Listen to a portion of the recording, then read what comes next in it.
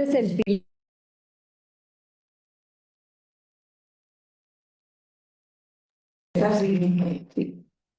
Bueno, buenos días. Pues vamos a dar inicio con la sesión del seminario de noviembre. Pues estamos muy contentas de tener como invitada a Perla Orquídea Fregoso, quien es nuestra colega en CIESAS Sureste y pues viene colaborando con la línea de antropología de lo político y del poder ya desde hace varios años.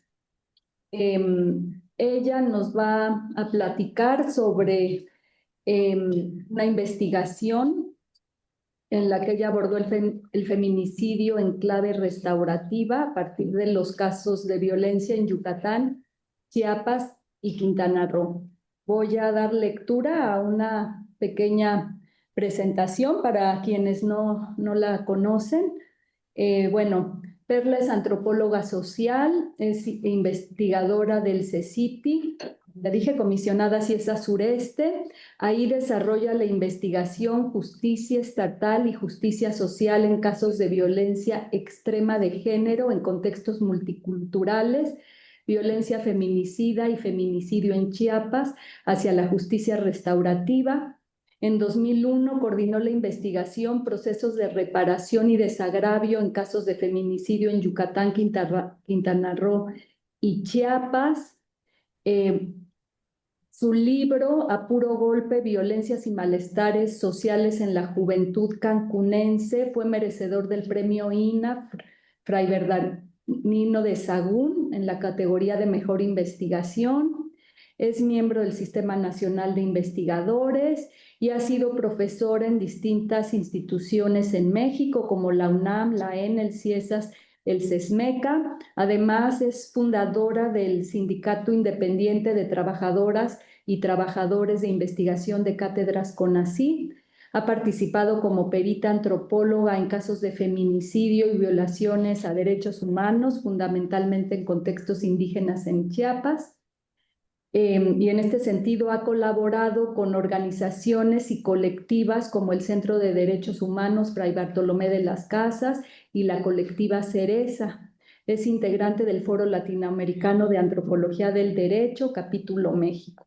Y bueno, tiene numerosas publicaciones sobre estos temas, no las voy a mencionar. Pues es realmente un gusto, un lujo tener a Perla, que tiene tanta experiencia ya estudiando estos temas pues tan difíciles, ¿no? De abordar, de digerir, de pensar. Entonces, pues te damos la bienvenida, Perla, y te escuchamos. Muchas gracias, Ale, por la invitación, por la presentación. A mí me da todavía más gusto estar de invitada en este espacio con colegas tan apreciadas y tan talentosas como quienes están por allá para compartirles una iniciativa que fue breve, pero me parece que muy fructífera y que no he compartido mucho porque fue un proyecto, pues eso, de duración breve, fueron 4 meses en este marco de las iniciativas de los proyectos Semillas de CONACYT, que luego ya no recibimos el financiamiento largo, pero creo que en esos 4 meses se hizo mucho en gran medida porque había antecedentes al menos en Chiapas y en Yucatán de trabajo, pero bueno, que también se dio continuidad en algunos casos. Entonces, puedo compartir la presentación, ¿verdad? Estoy como... Sí, la puedes compartir. Ah, perfecto. Ah, aquí está. Listo. ¿Ya la ven? Sí, perfecto. Se ve. Gracias. Muy bien. Pues como les comentaba, ¿Está como bien? este proyecto del que les estaré compartiendo algunas de las actividades que se realizaron, fundamentalmente en Yucatán, que era donde yo entonces estaba haciendo trabajo de campo y donde desarrollé de manera más enfática el proyecto. Luego se convirtió en un texto, en un capítulo del libro que tiene el nombre de la presentación de hoy, Abordar el feminicidio en clave restaurativa, una propuesta de investigación e incidencia en casos de violencia feminicida y feminicidio en Yucatán, Chiapas y Quintana Roo. Y como pueden apreciar aquí, el elemento clave es justamente el abordaje de una problemática tan sentida en nuestro país y en nuestro mundo como es el feminicidio, pero desde la dimensión de la justicia restaurativa, que es una dimensión que está cada vez menos, pero aún sigue olvidada en el marco de la justicia punitiva y que es pues la justicia que caracteriza a los estados-nación contemporáneos. Y inicio esta presentación haciendo referencia a algunas consideraciones iniciales que ahora que las releo pueden parecer un poco obvias, pero que en realidad yo las fui incorporando a mi investigación paulatinamente conforme iba comprendiendo la complejidad del fenómeno, conociendo los abordajes, no solo académicos, sino también activistas y desde la sociedad civil organizada, y identificando algunas problemáticas al momento de abordar este fenómeno. Y bueno, en primer lugar, pues yo empecé a estudiar este fenómeno del feminicidio en el 2014 en Chiapas. Y pues parece, insisto, una obviedad hablar del feminicidio como un fenómeno social complejo, pero es que en realidad, sobre todo hace una década, se le pensaba muy acotado al tipo penal y la perspectiva de abordaje era muy criminalística. Esto en gran medida se debía a que tenía poco tiempo de haberse tipificado como delito y era además pues un logro muy importante en la normativa por una vida libre de violencia, que además fue puesta en esta clave positiva, ¿no? De un derecho a una vida libre de violencia y no tanto abordarlo como contra la violencia, sino darle esta dimensión de positiva, de libertad, de derecho a vivir sin violencia. Entonces, para mí al inicio era un poco desconcertante que aún en las investigaciones sociológicas, antropológicas, cuando se abordaba el feminicidio, lo primero que se citaba era el tipo penal y la categoría jurídica, y entonces, pues como ustedes saben, lo normativo es también muy restrictivo y se perdía mucha de la riqueza y la complejidad al momento de aproximarse más socioantropológicamente al fenómeno. Entonces, también lo que fui aprendiendo es que el feminicidio me parece que como todo fenómeno social, pues no puede ser definido de manera perentoria, o sea, tiene un carácter de disputa porque hay definiciones jurídico-normativas, pero también hay abordajes socioantropológicos que complejizan el fenómeno, también los hay desde los activismos y las asociaciones civiles. Y entonces, en un contexto en el que se creó una ley, la ley de acceso de las mujeres a una vida libre de violencia, tanto la general como las estatales, que tenían definiciones diferenciadas, que también empezaban a funcionar bueno, a ponerse en marcha estos mecanismos de las alertas de violencia de género, pues empecé a ver que había documentos como las leyes estatales donde se definía el feminicidio de un modo, mientras que en las alertas de violencia de género, las asociaciones empezaban a abarcar concepciones más complejas del feminicidio, empezaban a mencionar los suicidios que podrían generarse en contextos de violencia feminicida o los transfeminicidios. Entonces, me quedó muy claro que también había que pensar en el feminicidio como esta categoría eh, que podría ampliarse y que tenía este carácter de estar en disputa, porque finalmente nace como un proyecto político desde el feminismo con Marcela Lagarde. eh, Y por eso es que en México se le llama feminicidio y no femicidio, ¿no? Porque justamente se quiere hacer énfasis en que no es un asesinato de mujeres y niñas solamente, que también creo que eso confunde mucho por actualmente se dice mucho esto de por el hecho de ser mujeres, pero ahí se está poniendo el foco en el sexo, cuando en realidad el punto es el género, ¿no? La construcción simbólica y social que se hace de lo femenino y la misoginia como subyacente a estos crímenes de odio. Entonces, bueno, esto me parece mencionarlo, importante mencionarlo. Después, que cuando se habla de feminicidio, generalmente se piensa en el hecho puntual del asesinato, ¿no? Cuando en realidad, y en antropología de las violencias mucho se ha reiterado, pues hay un antes, pero también lo que yo aprendí es que hay un después y que eso no se aborda mucho.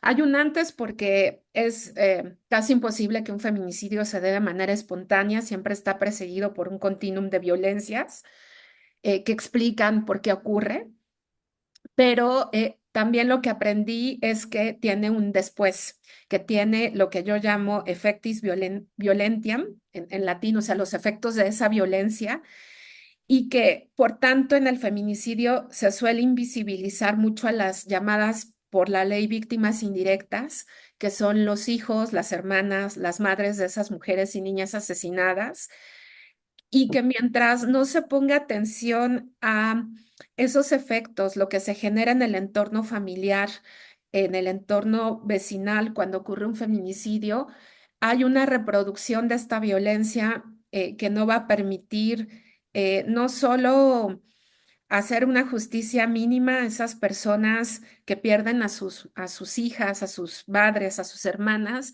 sino que sigue reproduciéndose una serie de conflictos y de emociones que pues pervierten toda la vida de estas personas sobrevivientes a los feminicidios.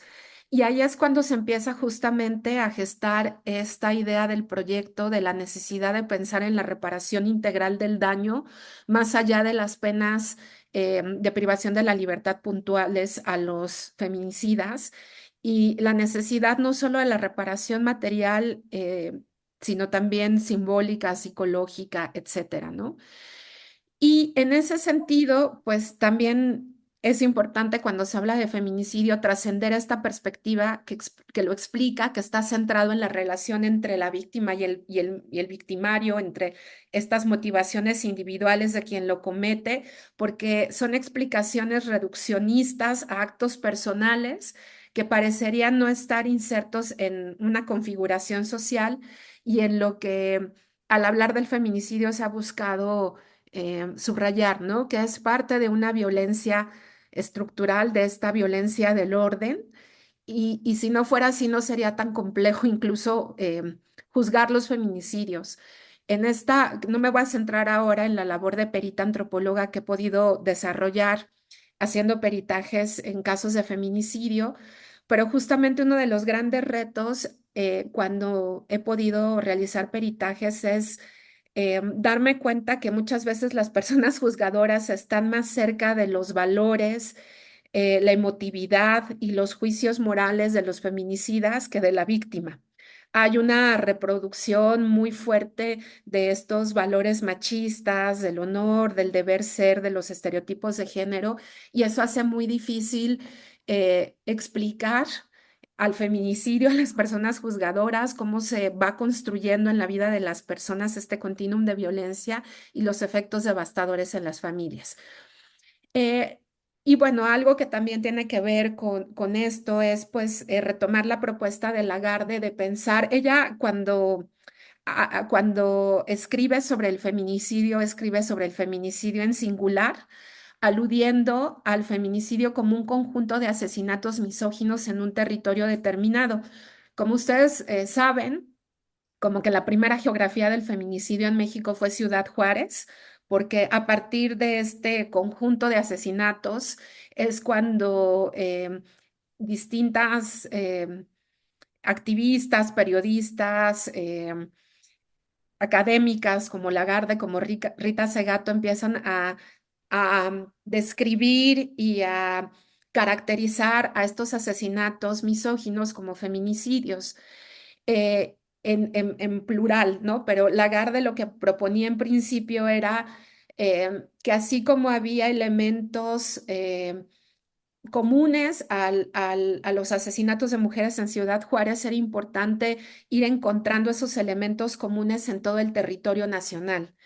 Y un poco con esa perspectiva es que yo he trabajado viendo las características sociodemográficas de Chiapas y luego de Yucatán y pudiendo o intentando ver estas constantes y estos elementos que pueden explicar a distintos asesinatos por las mismas razones de género, pero aparentemente en circunstancias tan diversas y encontrando esos elementos comunes, ¿no? Y finalmente, pensar a los feminicidios como parte de la violencia feminicida, que finalmente tiene que ver con esta perspectiva procesal o procesual del fenómeno. Esta categoría de violencia feminicida, que no es un tipo penal, sino que aparece en la Ley de Acceso de las Mujeres a una Vida Libre de Violencia, a mí me parece muy potente porque justamente describe cómo se van de algún modo construyendo, gestando estos feminicidios. Es una categoría mucho menos restrictiva y que justamente reconoce que hay un continuum de violencias, pero también otros elementos como la impunidad social y del Estado. En la definición que se hace en esta ley se habla que, bueno, la violencia feminicida es una serie de violaciones a los derechos humanos de las mujeres y de las niñas que se da en contextos de impunidad social y del Estado. Es decir, que hay condiciones que tanto el Estado como la sociedad eh, favorecen que esta violencia se naturalice y no se pare a tiempo y puede terminar en este extremo del asesinato de mujeres y de niñas, pero también ahí se reconoce otra serie de violencias que ponen en riesgo sus vidas y que a lo mejor no llegan al asesinato, pero que las dejan discapacitadas, ¿no? Y como que cuando pensamos en feminicidio no pensamos en estas mujeres que han sufrido intentos de feminicidio que no se concretan, pero que sus vidas quedan marcadas. Entonces, también me parece que hablar en términos de violencia feminicida nos abre esta ventana a la complejidad del fenómeno. Lo segundo que me parece importante siempre señalar es, pues sí, reconocer nuestro posicionamiento epistémico político al hacer estas investigaciones y en el caso de los peritajes, al hacer los peritajes, porque finalmente hay como una confusión muy grande en el quehacer a veces científico entre la objetividad y la imparcialidad, ¿no? Si somos imparciales se toma como un sinónimo de objetivos y en realidad creo que podemos ser parciales y mencionar cuál es ese posicionamiento y esa mirada desde la que partimos, que en este caso sería el reconocimiento de la desigualdad histórica y estructural de las mujeres y de las niñas y cómo esa desigualdad pues impacta en este tipo de discriminaciones y de violencias. Y eso no quita que tengamos argumentos consistentes basados en nuestro trabajo de campo y en nuestras reflexiones teóricas para referirnos a un fenómeno.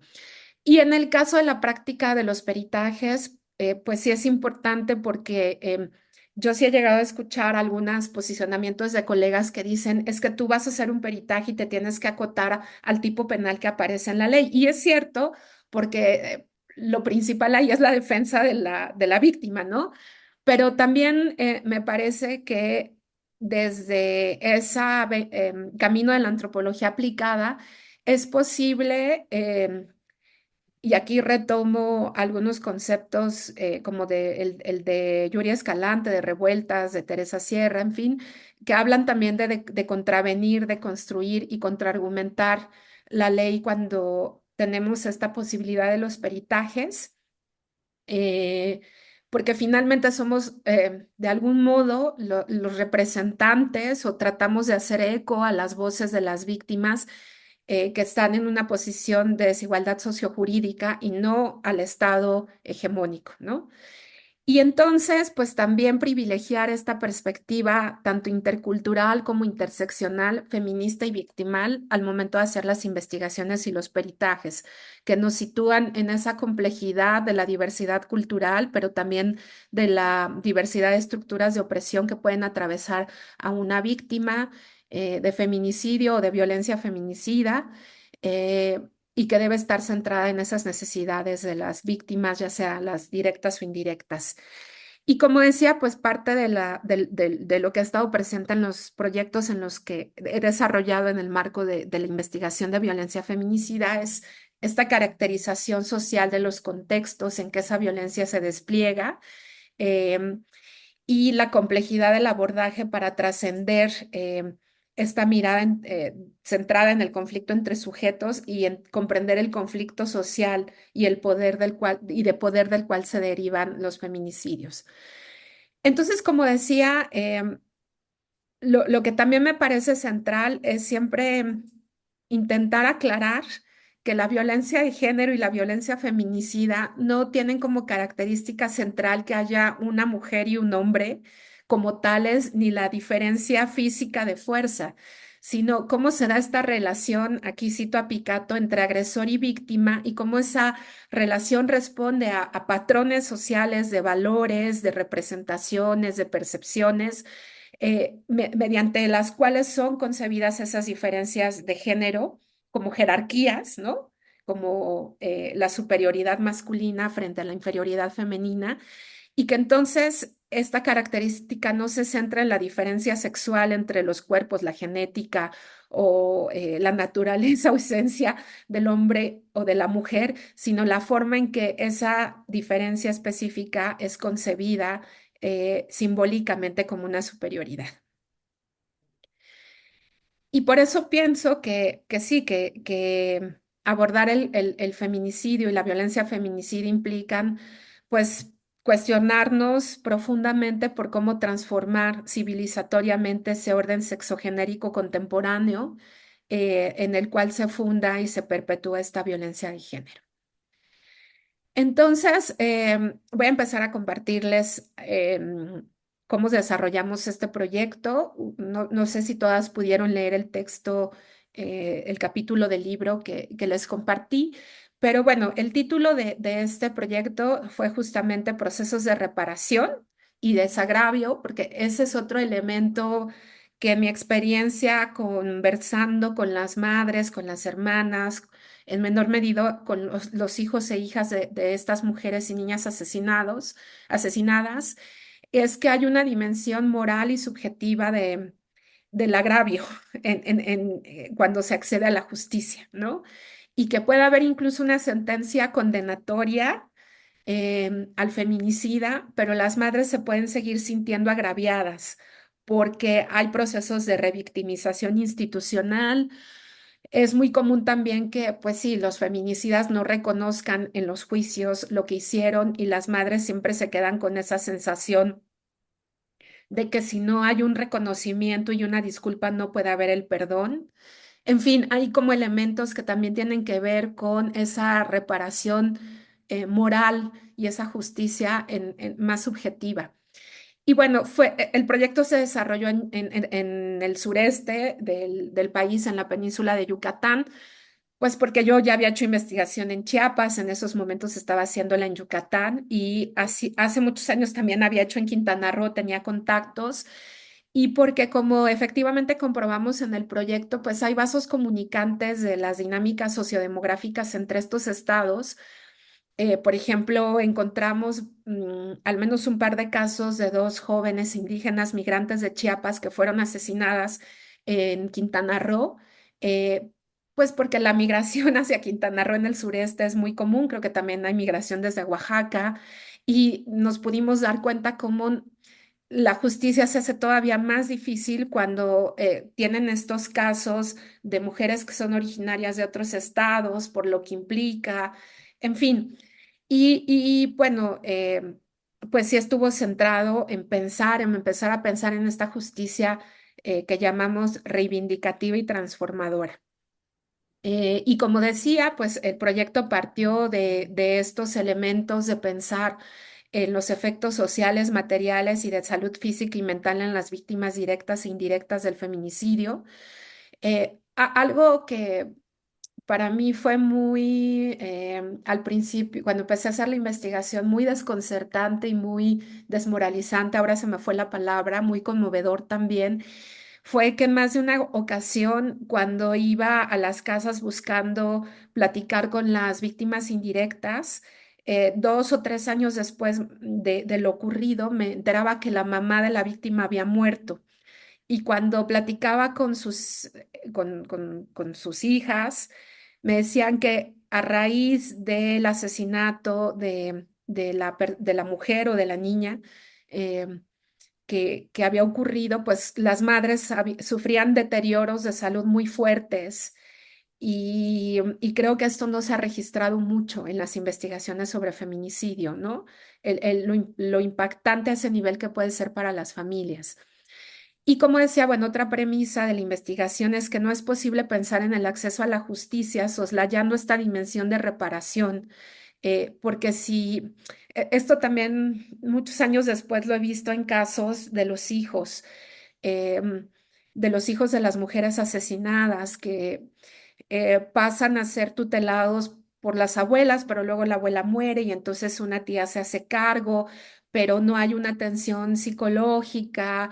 eh, en fin, son tan desatendidas estas niñeces que finalmente cuando crecen, he sabido que algunas de ellas, pues sí, terminan consumiendo de manera problemática sustancias adictivas en centros porque no hay una gestión del dolor, de lo que pasó. em, Materialmente también sus vidas se precarizan mucho porque muchas veces sus madres son las principales proveedoras económicas y y ellas dejan de estudiar, hay mucho resentimiento, en fin, realmente también ahí ese es un problema muy fuerte.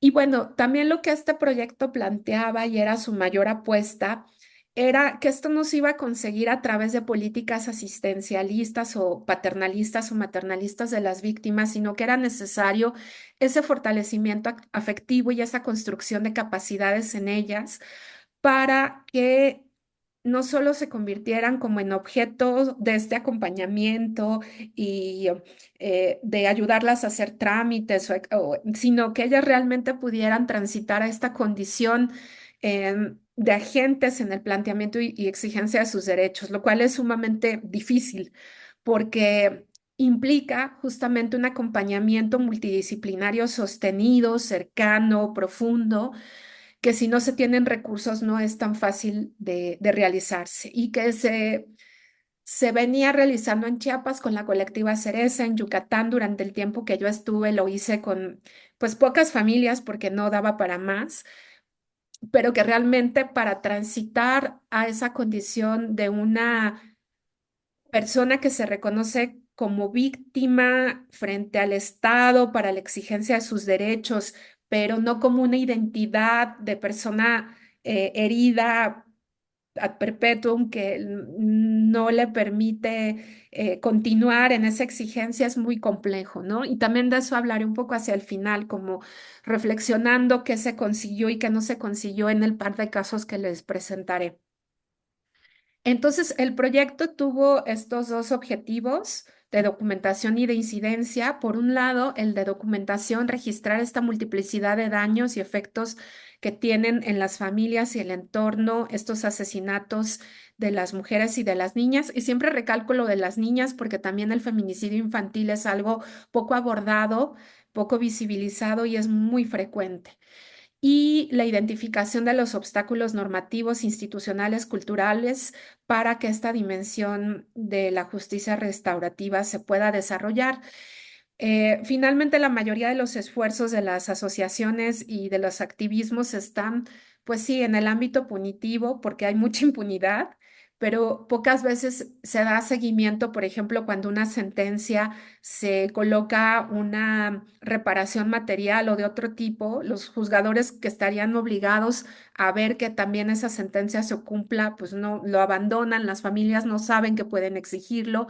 La Comisión Ejecutiva de Atención a Víctimas, tanto federal como estatal, no tiene recursos. Fue algo que encontramos en los tres estados, que a las comisiones ejecutivas les dan 5 millones por año, cuando para atender generalmente, por ejemplo, las reparaciones materiales económicas las tiene que hacer la persona que cometió el delito o quien violó el derecho humano. Pero en las investigaciones que se hacen a los feminicidas o a quienes cometieron estos delitos, generalmente encuentran que no tienen las condiciones para hacer efectiva una reparación de 1 millón de pesos. Entonces, la SEAB es la que se encarga de hacer lo que llaman ay, ¿cómo se me fue ahora el nombre? Pero es una reparación parcial, como que el Estado hace una reparación. Si en la sentencia aparece 1 millón, el comité de la SEAB determina esta compensación, le llaman compensación. Ay, ¿cómo se le llama cuando el Estado financia una parte de algo? Bueno, en fin, una compensación. ¿Perdón? Subsidiaria, subsidiaria, ¿no? Exacto, gracias. Una compensación subsidiaria que generalmente es del 300,000 pesos.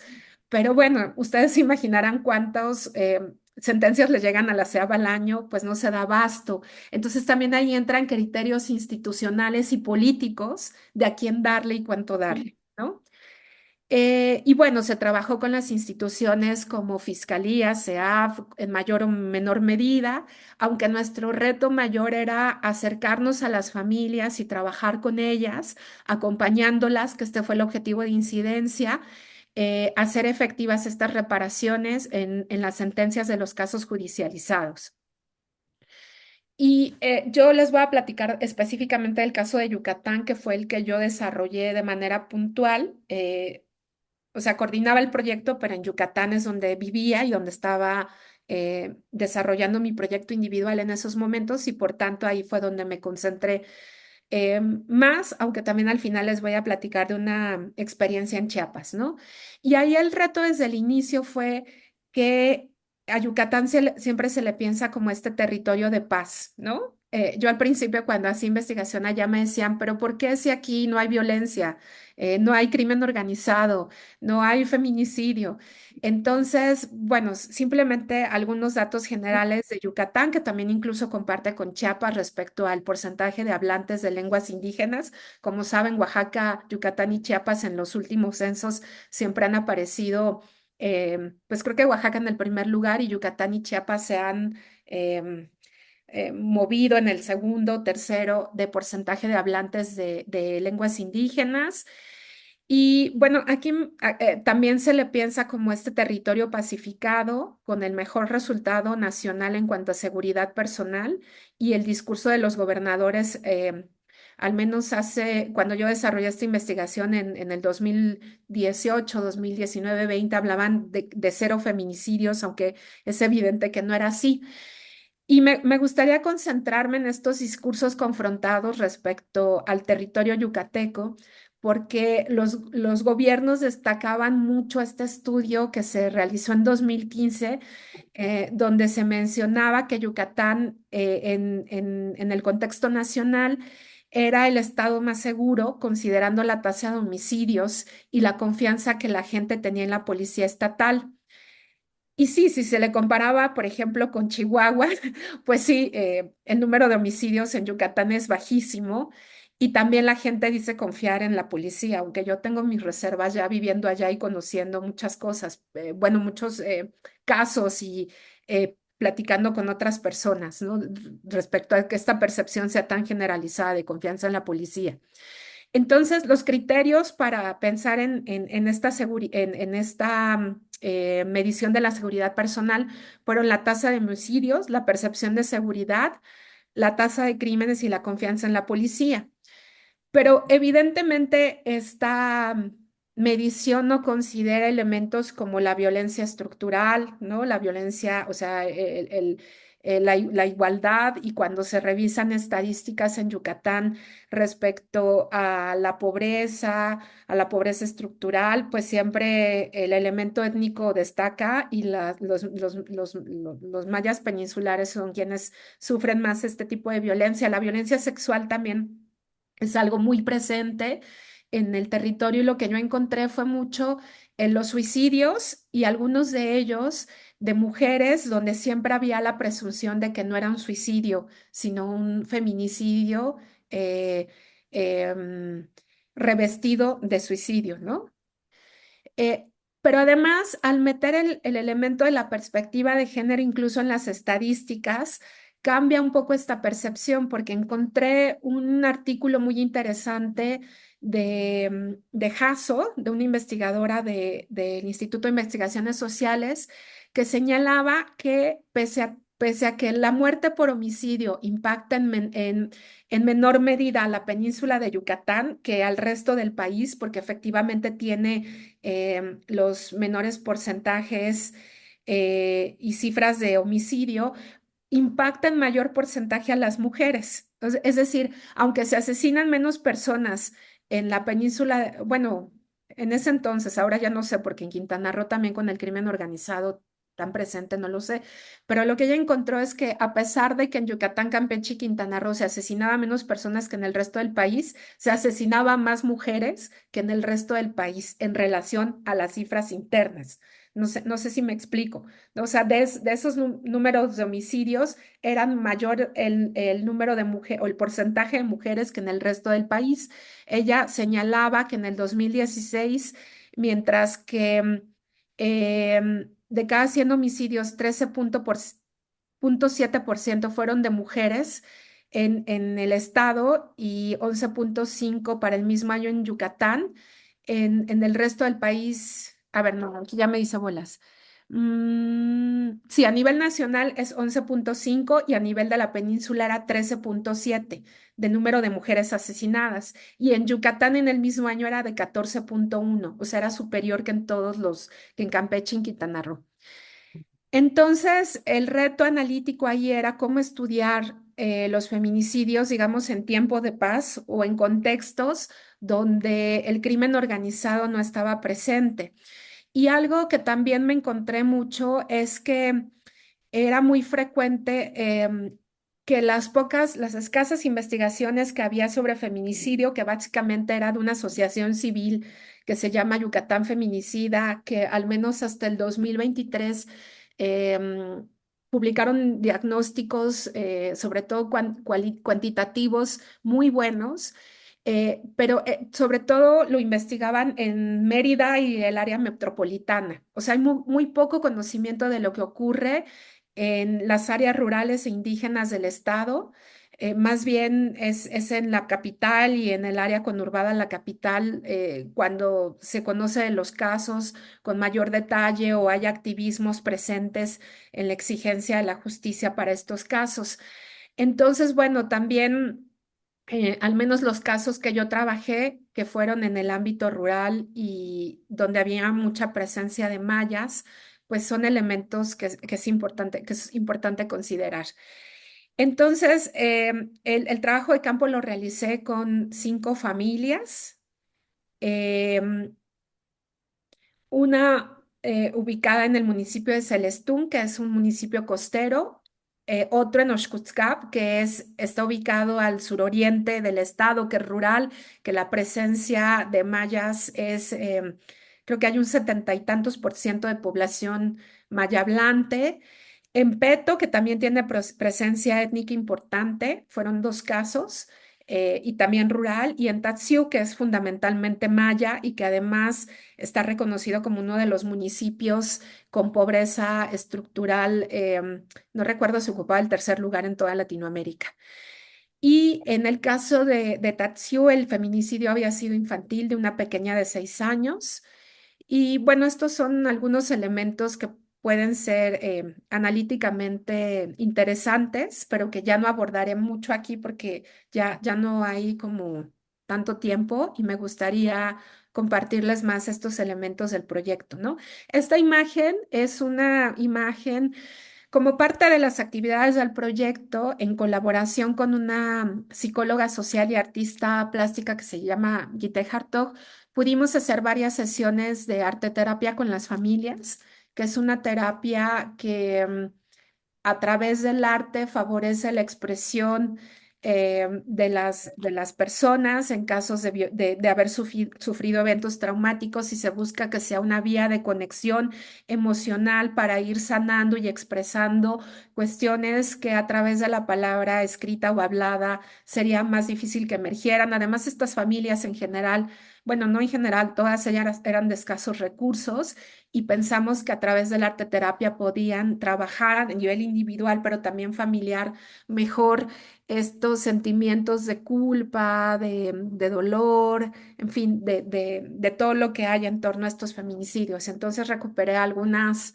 de estas imágenes que las familias elaboraron y que nos autorizaron a compartir. Al final les mostraré cómo los compartimos.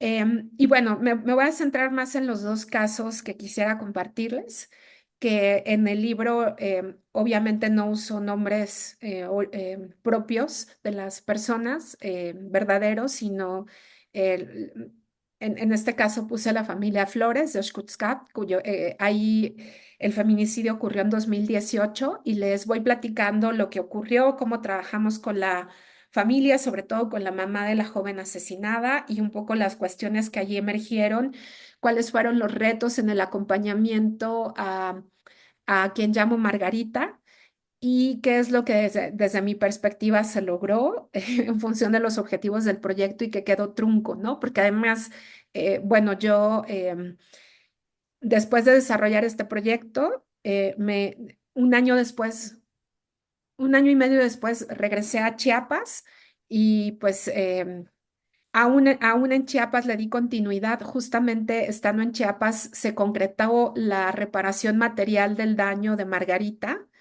porque yo no perdí contacto con las instituciones y logramos que le dieran la reparación subsidiaria económica, ¿no? Pero bueno, lo que ocurrió aquí fue que la hija de Margarita, que al momento de ser asesinada tenía 17 años, no, tenía más, tenía 19 años. Ella tenía un bebé de 6 meses cuando fue asesinada y conoció a una joven que venía de Quintana Roo que le dijo que su pareja la violentaba y no la dejaba salir. Se hicieron amigas y lo que esta joven intentó fue ayudarla a huir de esa pareja violenta. Pero esta pareja violenta, que era originario de Oshkutskap y que en el juicio oral dijo comprender bien la lengua maya y hablarla bien, pero no se reconoció como indígena, que eso fue, me llamó mucho la atención y quiso que todo el juicio fuera en español. Él era originario de ahí y había migrado a Quintana Roo buscando trabajo, concretamente a Tulum. En Tulum se hizo narcomenudista primero y sicario después y regresó a Yucatán a visitar a su familia. Y este es un primer elemento analítico interesante, ¿no? Porque se dice que el gobierno en Yucatán dice que ahí no hay crimen organizado, pero habla de su estado como si las fronteras no fueran porosas y no implicaran que al pasar de frontera a frontera el crimen organizado se desvanece. Entonces, bueno, este joven regresa con esta jovencita que era su pareja porque ya era menor de edad entonces. De hecho, esa joven estaba boletinada como desaparecida en Quintana Roo, o sea, sí estaba un poco como secuestrada. Y la hija de Margarita quiso rescatarla, se la llevó a su casa y cuando se enteró este sicario que pues que su pareja había huido, logró ubicar dónde estaba, fue por ella, se la llevó de nuevo cautiva y la obligó a punta de pistola a hablarle a su amiga para que fuera a visitarla, pero era una trampa. Cuando llega esta joven, pues en realidad lo que pretendían era asesinarla, lo hicieron. Participaron otros dos jóvenes, previa tortura sexual y bueno, finalmente asesinaron a la joven. Eh, si bien la asfixiaron, sí hubo elementos de tortura sexual y además Desde mi perspectiva, sí hubo como un modus operandi que hablaba de esta pedagogía de la crueldad de la que habla Rita Segato, pero también de una pedagogía de la crueldad que se veía que el joven pertenecía al crimen organizado, porque, por ejemplo, le queman los senos con un cigarro, le apuntan con la pistola, pero la pistola no estaba cargada. Es decir, hay una tortura previa. También el modo en que operan, ellos la asesinan, pero huyen de la casa donde estaban, que la estaban rentando, y luego mandan a alguien a recoger el cuerpo y luego mandan a alguien más a limpiar. Es decir, hay todo un modus operandi más sofisticado que de los feminicidios íntimos que no saben cómo deshacerse del cuerpo, en fin, ¿no? Y cuando su hija se va a la casa de su amiga, le dice a Margarita que va a regresar en media hora, le deja a su niño. Y cuando no regresa, pues la mamá empieza a preocuparse, evidentemente. Socialmente, todo el mundo le dice, seguramente se fue con el novio, no te preocupes. Cuando va a denunciar al siguiente día es domingo y no está el MP, entonces regresa hasta el tercer día. En fin, la denuncia tarda en realizarse y ella vive con mucha culpa porque cuando finalmente consigue denunciar en Mérida, le dicen que por qué va hasta entonces y por qué no hizo nada por su hija. Entonces ahí hay una revictimización y ella todo el tiempo está sintiendo que ella no actúa a tiempo, aun cuando la joven fue asesinada pues el mismo día la misma tarde que no llegó a su casa. Y esto la convierte en una víctima imperfecta para la justicia, porque yo pude acompañarla en el juicio oral completo, que el feminicida sí recibió una sentencia condenatoria, pero ella todo el tiempo le dijeron que no era como la víctima perfecta y que había sido muy indisciplinada porque no había ido a todas las audiencias, que no había actuado a tiempo. En fin, sus asesores legales la trataron de esta forma que ella se sintió todavía peor. Y además, a raíz del feminicidio de su hija, pues a ella le diagnostican la diabetes. En fin, hay una serie ahí de elementos, ¿no? Ella dibujó primero, además, bueno, a Margarita, que es una mujer de ascendencia maya. Ella ya no habla maya, pero su mamá sí, pues su mamá tampoco le enseñó por el racismo, ¿no? Em, Le cuesta mucho trabajo expresarse verbalmente, muchísimo. De hecho, la forma en que se expresa es como muy callada, muy silenciosa. Y lo primero que pintó fueron estas líneas de colores que ven. Y ahí anotó, te quiero mucho, hija, te extraño, te necesitamos, nos haces mucha falta. Ella es la tutora del pequeño que dejó la hija, ¿no? Y luego dibujó pues esta imagen donde están ella y su hija cenando antes de que su hija pues desapareciera primero y luego la hallaran asesinada. Y después, en una segunda sesión en la que se trabajó más como la esperanza, las razones que ella tenía para continuar, ella fue, por ejemplo, una de las mujeres que dijo que después del juicio, que aunque el feminicida fue sentenciado, no había quedado con el sentimiento de que se había hecho justicia porque él nunca había reconocido que lo había hecho ni se había disculpado con ella. Y además, otro de los jóvenes, se supo lo que había ocurrido porque participaron dos jóvenes más y uno de ellos testificó como testigo protegido y narró todo lo que había ocurrido. Y ella dijo que pues él finalmente estaba en libertad y el otro de los jóvenes que había participado visitaba continuamente la comunidad y nadie hacía nada. Entonces ella cada vez que se lo encontraba pues revivía el agravio y el sentimiento de pues de que este joven estaba libre y de que su hija no tenía justicia total, ¿no? Y bueno, aquí ella dibujó a su nieto, que es el primero que aparece ahí, y a sus otras hijas como sus razones de vivir. En este caso, lo que se procuró mucho fue trabajar este sentimiento de culpa que tenía Margarita, que le inculcaron desde las instituciones de justicia por no haber hecho nada por su hija, cuando ella no solo buscó denunciar, sino también publicó en Facebook sus fotografías, preguntando si alguien la había visto, si alguien sabía algo. Es decir, intentamos que ella fuese reconociendo todo lo que sí había hecho y nadie le había reconocido que había hecho y que también lo había hecho contracorriente de las personas y las instituciones, lo que le decían respecto a que la hija se había ido con el novio o iba a aparecer tarde o temprano borracha en alguna fiesta. En este caso también la prensa jugó un papel terrible porque yo me enteré de este caso por una nota de prensa donde se decía que la joven era lesbiana, que consumía mucho alcohol. O sea, había una revictimización tremenda de esta chica en la prensa. Y lo que buscamos con ella fue reescribir una historia donde ella diera la versión que quería dar de su hija, que si bien no era perfecta, pues porque nadie lo somos, también tenía muchas cualidades que había que reivindicar públicamente frente a todo el descrédito que se había hecho de ella en la prensa y en el entorno vecinal. Y como decía, bueno, algo que sí logramos a través del proyecto, aunque ya ha cerrado el proyecto, pero dándole seguimiento a través del contacto que se había hecho con la titular con la entonces titular de la CEAF, fue que le dieran esta reparación subsidiaria.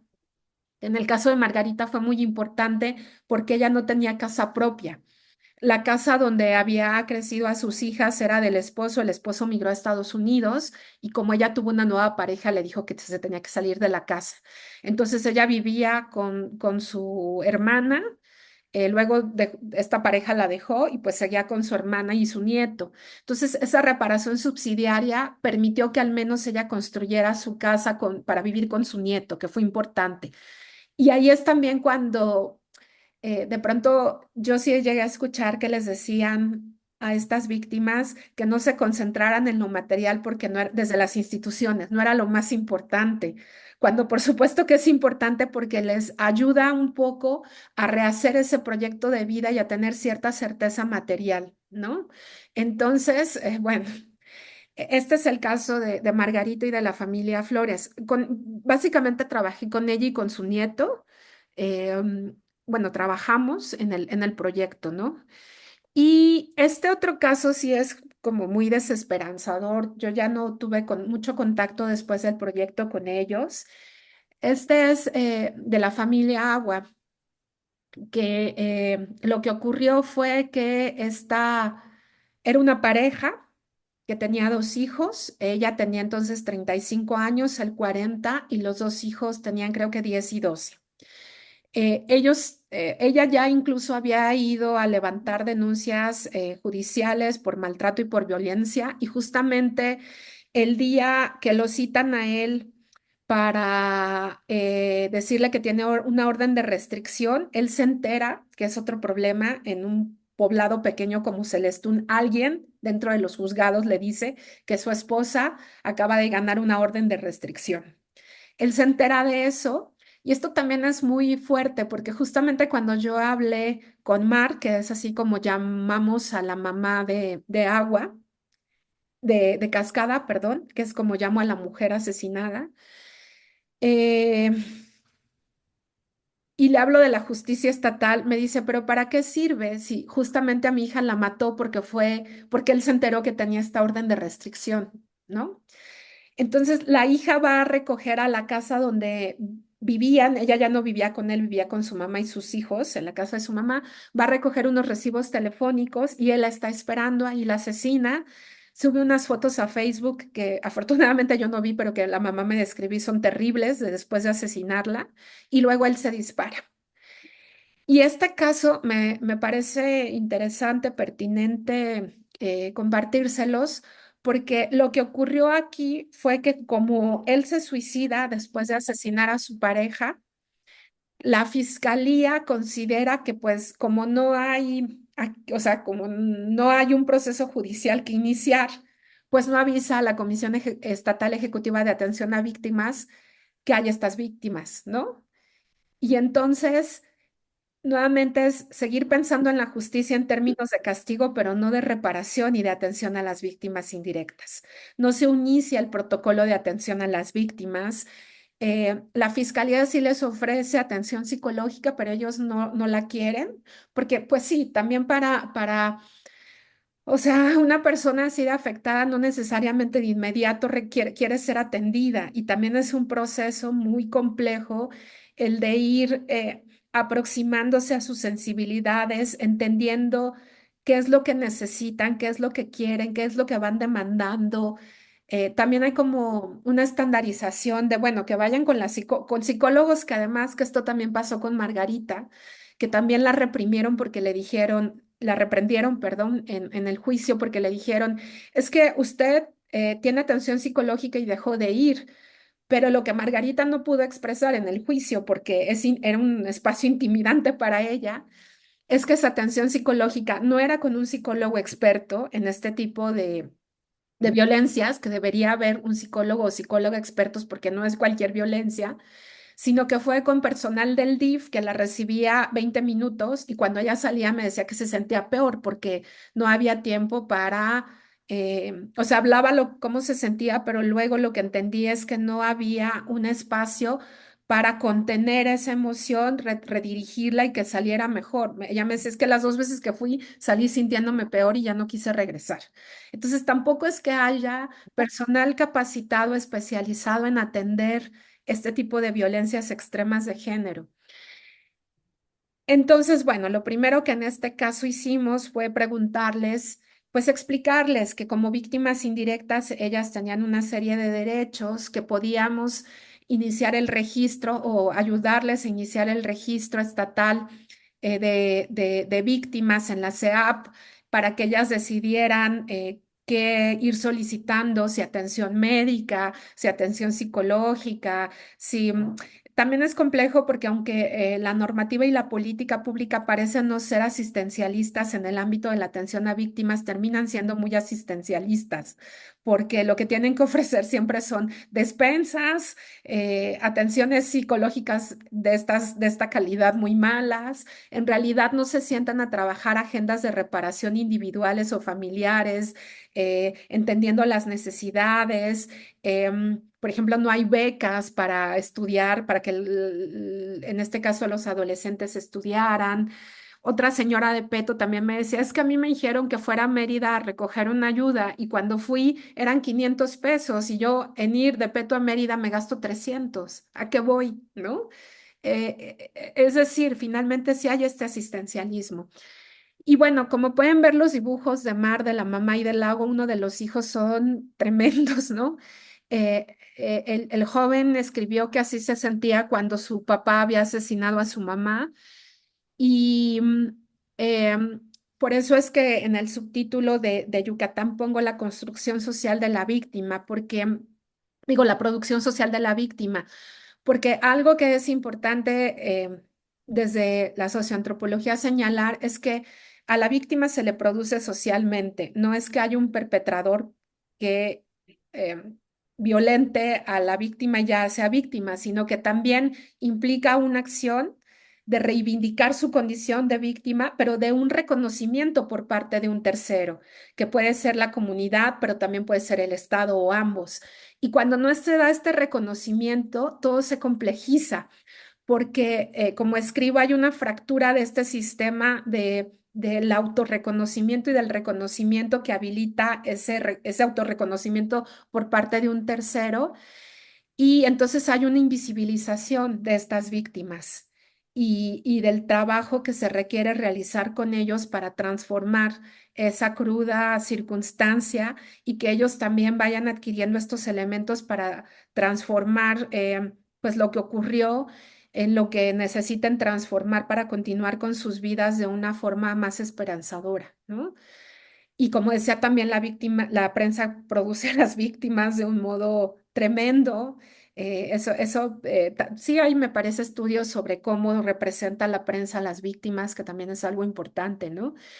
Y por eso es pues, con esta familia tuvimos, me parece que 3 sesiones de arteterapia, pero finalmente ya no quisieron continuar con el proceso de registro, se inició, pero ya no se concluyó, y más bien lo que nos dijeron era como que, pues que ellas ya no querían, querían como pasar página, ¿no? Que ya no querían recibir nuestras visitas, eran muy agradables, fueron muy amables, pero eso, lo que nos dijeron era que preferían pues dejarlo así. La mamá sí asistía cada año a la marcha que se hacía a raíz del 25 de noviembre en Celestún. eso también es importante. Uno de las mayores propósitos del proyecto, si es que nos daban el financiamiento más amplio, era construir estas redes de víctimas que entre La ellas mañana pudieran del acompañarse. 25 del 2015. Ay, perdón, estoy escuchando una voz. Que pudieran acompañarse y entre ellas mismas crear sus propias redes de apoyo, de ayuda y que no dependieran siempre de que hubiera terceras personas en esa construcción, de lo que más adelante les mencionaré, a una autora Benítez llamó legados de aprendizaje. Pero eso es precisamente, bueno, en 4 meses no lo podíamos conseguir. Nuestra intención inicial era hacer en cada uno de los estados un encuentro de víctimas donde ellas pudieran compartir sus experiencias, identificarse como víctimas de bueno, de un fenómeno común, pero también que identificaran que pues no eran las únicas, que se acompañaran. Y esto solo lo pudimos lograr en Chiapas, que era el estado donde había como mayor trabajo. Em, y pretendíamos desarrollarlo en los otros estados, pues si nos daban el financiamiento más ampliado, pero no, finalmente no lo conseguimos, ¿no? Eh, Porque bueno, o sea, creemos que la apuesta realmente debe estar puesta ahí en las víctimas. Y en San Cristóbal sí se pudo realizar esta primera y desafortunadamente única reunión estatal de familiares de víctimas de feminicidio y supervivientes de violencia feminicida. Además, todo esto lo realizamos en el 2021, que era como pues sí, cuando íbamos saliendo de esta cuestión de las restricciones por la pandemia. Y ahí lo que se hicieron fueron sobre todo talleres con ellas para construir esto que Benítez, estudiando a víctimas de desaparición forzada durante la dictadura en Argentina, llamó legados de aprendizaje, que es mucho lo que han desarrollado las víctimas de desapariciones forzadas, ¿no? Es decir, transmitir cómo estos aprendizajes en la búsqueda de justicia, en la búsqueda de sus familiares, en las contactos institucionales, que pueden ser desde cómo llenar un formato hasta con qué terapeuta asistir, es decir, construir esta red solidaria entre víctimas que puedan acompañarse y sostenerse.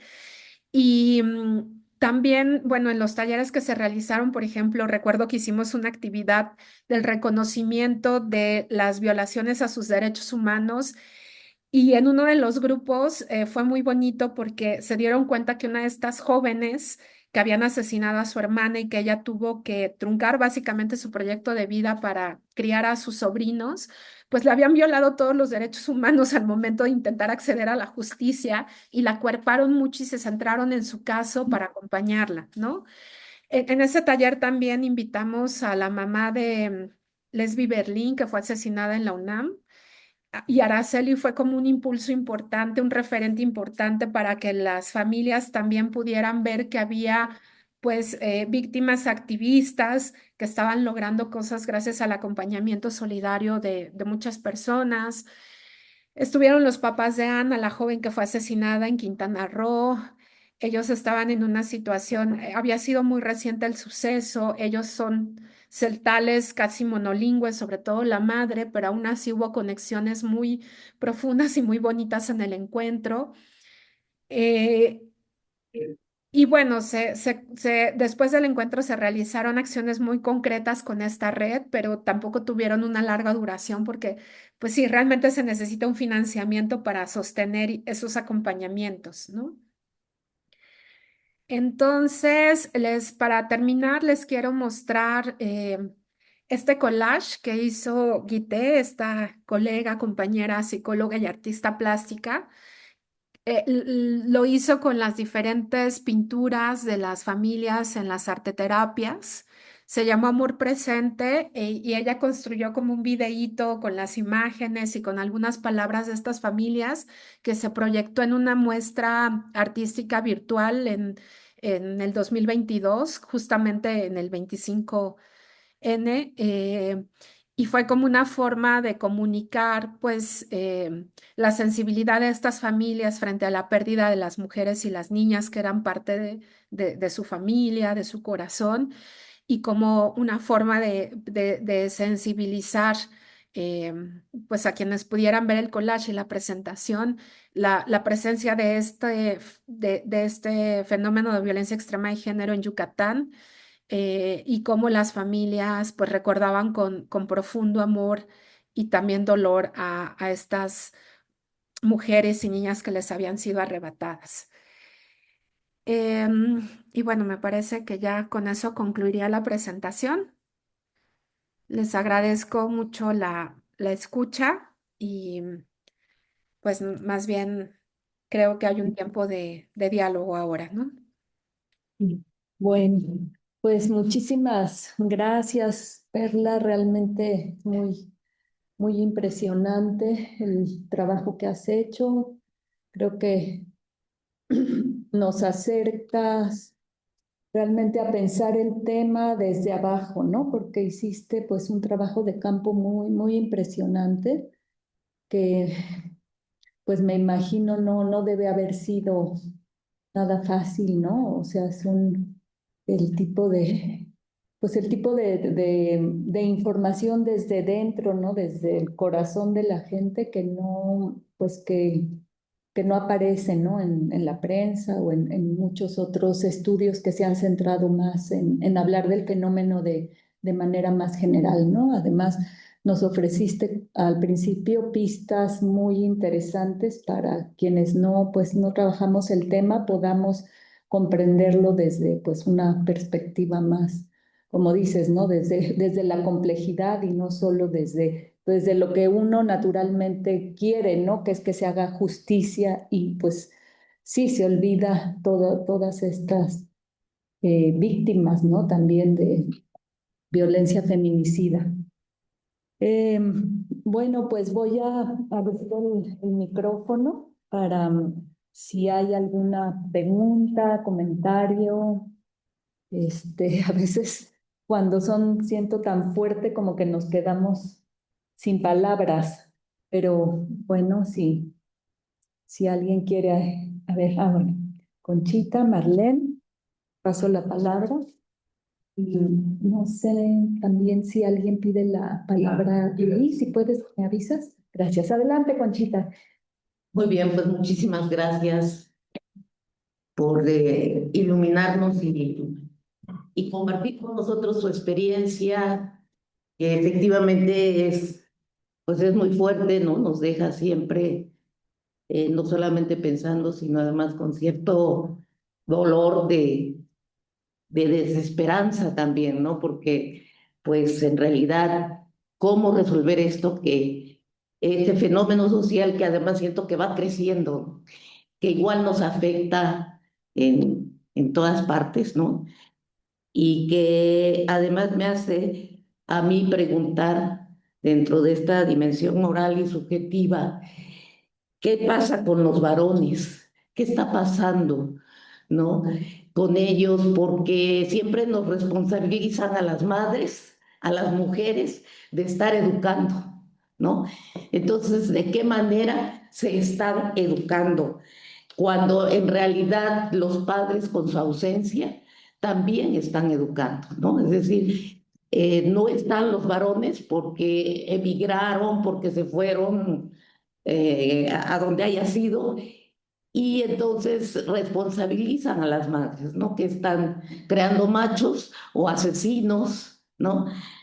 O a varones que están participando en el crimen organizado y que se van deshumanizando, ¿no?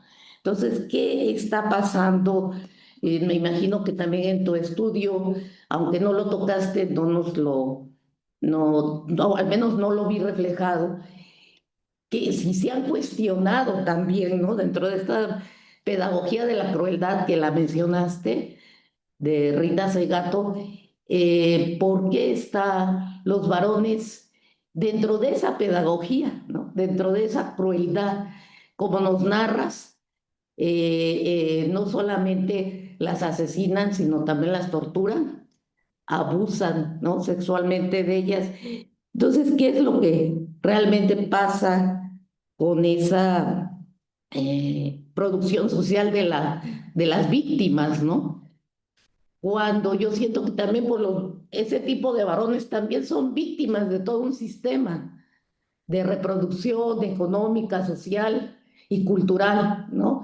Entonces, no sé si es un buen razonamiento, pero a mí siempre me ha hecho mucho ruido, ¿no? Porque además soy madre de 2 varones y una mujer, entonces siempre me cuestiono eso, ¿no? Aunque obviamente pienso que mis hijos varones no están dentro de esa situación y no se verán dentro de esa situación, pero sí me cuestiono entonces qué piensan las madres de esos o las familias, ¿no? De estos varones que se ven sujetos a ciertos valores también, ¿no? De reproducción ideológica y cultural y que, pues bueno, ¿no? Son machos que necesitan reforzarse como tales y asesinar a las mujeres, ¿no? Entonces eso a mí siempre me ha hecho mucho ruido, más bien es una pregunta de ignorancia, ¿sí? Y entonces eso, por lo que tú decías también de que la prensa reproduce o produce más bien a las víctimas, ¿no? Y yo siento que socialmente hacemos eso también, ¿no? Estamos reproduciendo a la víctima, a veces con ciertos comentarios despectivos con relación a las mujeres que fueron asesinadas, ¿no? Y me recuerda mucho el libro de Cristina Rivera Garza sobre su hermana cuando escribe y que en ningún momento ha recibido justicia, ¿no? Entonces eso también, ¿cuántas mujeres están en esa situación o cuántas familias, cuántas madres están en esa situación de jamás haber recibido justicia sobre el asesinato o la desaparición de las hijas, ¿no? Entonces, pues bueno, de todas maneras, muchas gracias, de verdad.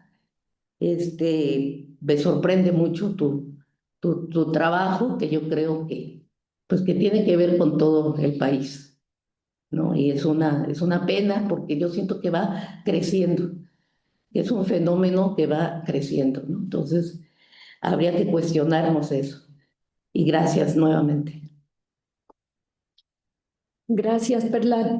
Digo, gracias, Conchita. ¿Te pasamos la palabra, Perla, o prefieres juntar un bloque de preguntas y Sí, después?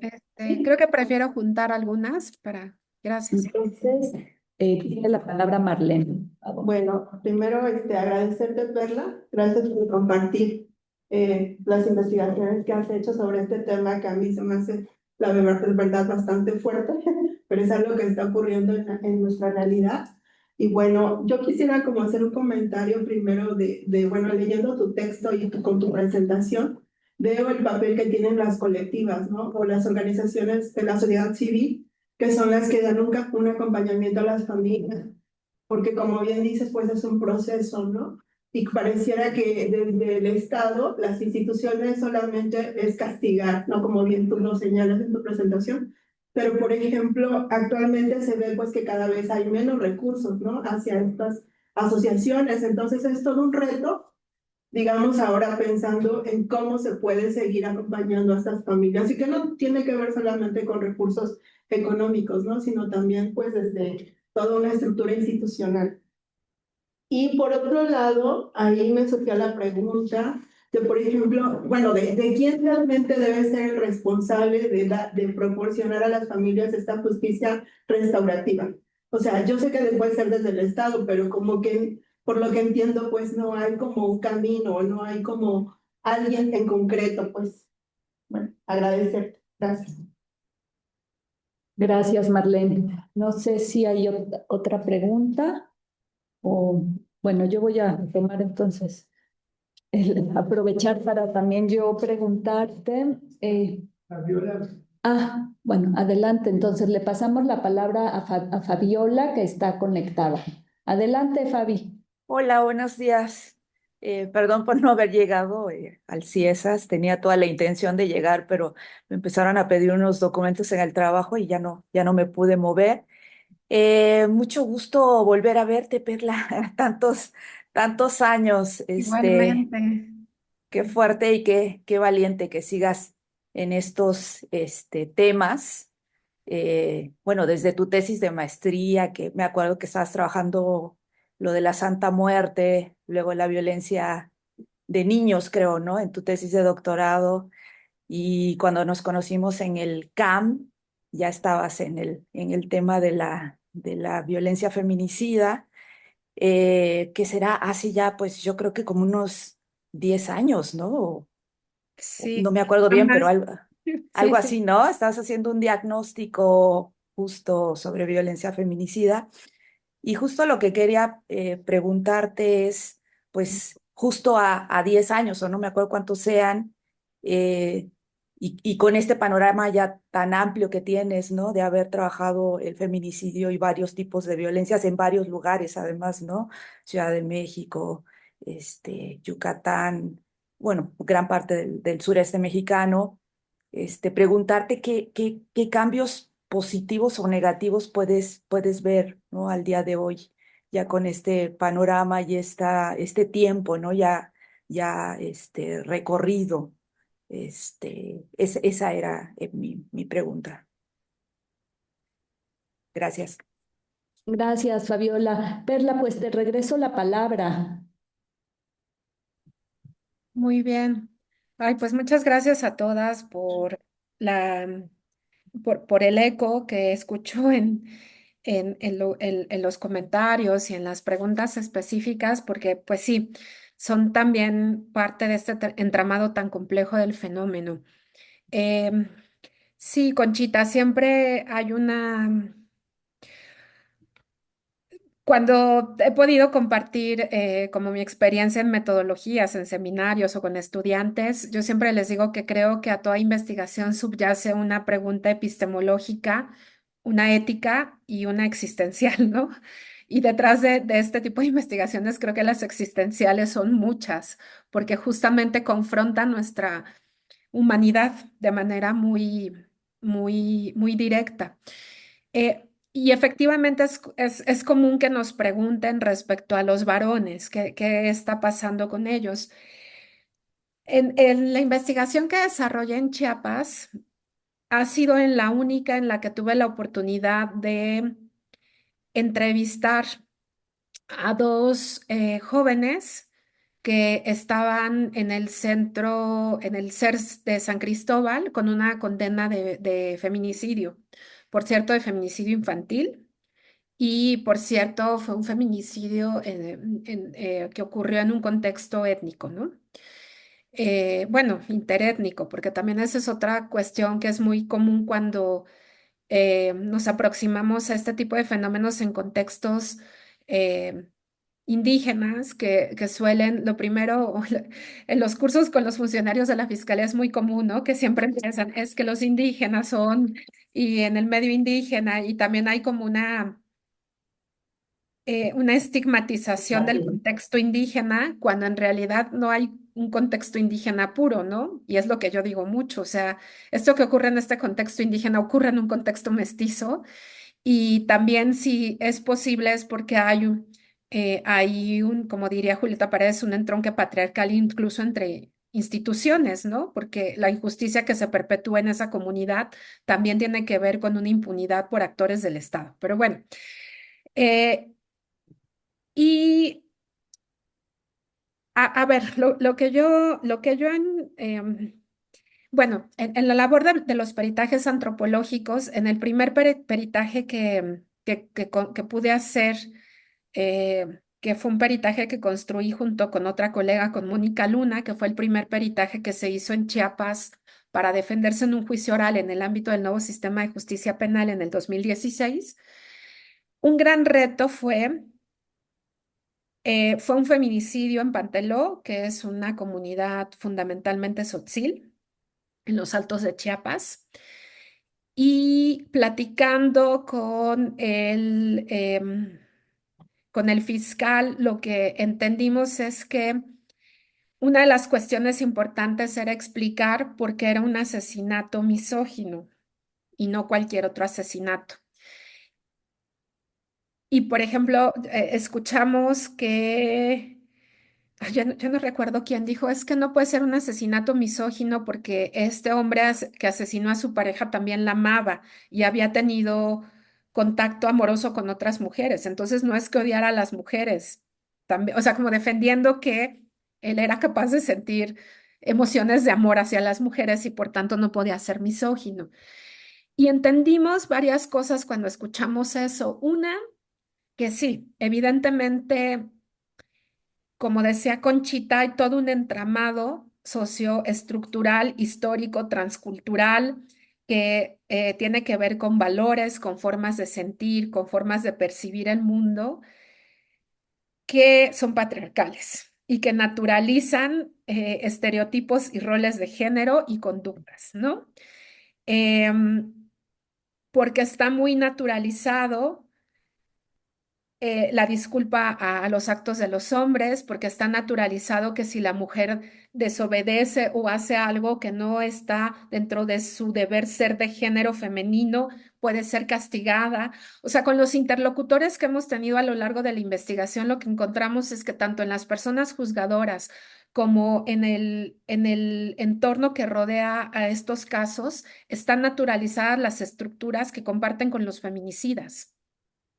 Es que ella se lo buscó, es que Sí. él estaba borracho, o sea, todo esto es parte de nuestra cultura y de nuestro discurso. Y entonces, si esta sensibilidad está más cerca de del perpetrador, del victimario que de la víctima, pues es muy complejo eh, ir desnaturalizando eso, ir explicando por qué el odio de género no es un odio que se da solo a nivel psicológico, sino es un odio que se gesta culturalmente y que se expresa y se manifiesta en buscar la eliminación de eso que se odia genéricamente en una persona concretamente, pero que ahí hay toda una valoración de lo femenino que lo ve como que lo cosifica, que lo ve como algo que se puede usar, que se puede explotar, que está al servicio de los hombres, que no tiene el mismo valor, que tiene ciertas obligaciones, ¿no? Entonces, yo creo que me gustó mucho cómo lo expresó Conchita de qué está pasando con los varones, porque creo que está pasando lo que siempre ha pasado, ¿no?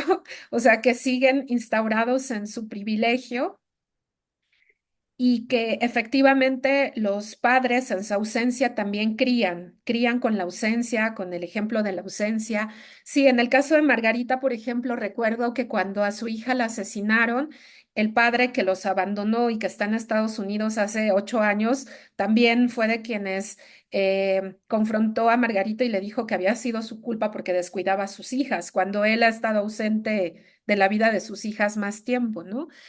Em, y esto lo digo también porque en esta entrevista a uno de estos jóvenes, eh, al conversar con él, porque como les compartía, también fue un feminicidio de una chiquita de 6 años. Y ay, es que, o sea, a veces yo misma me cuestiono si dar detalles o no, pero es analíticamente relevante, ¿no? A esta pequeña la violaron varios jóvenes. Y cuando yo le preguntaba, o sea, y además los hombres jamás van a reconocer lo que hicieron, ¿no? Y se entiende en parte, porque aunque ellos ya tienen una sentencia condenatoria, siempre tienen la esperanza, supongo, de salir. Y pues es difícil que reconozcan algo que va a jugar en su contra. Pero pues él dijo que no había hecho nada, pero al ir conversando con él, yo, por ejemplo, le preguntaba, ¿y para ti, cuándo las personas iniciamos nuestra vida sexual? ¿A qué edad, no? Y justo esta pequeña tenía 6 años cuando ocurrió lo que ocurrió y me decía, 6 años. O sea, aunque él no había hecho, y le digo, ¿pero por qué? Y me decía, porque a los 6 años ya a las niñas las ven como mujeres, todos.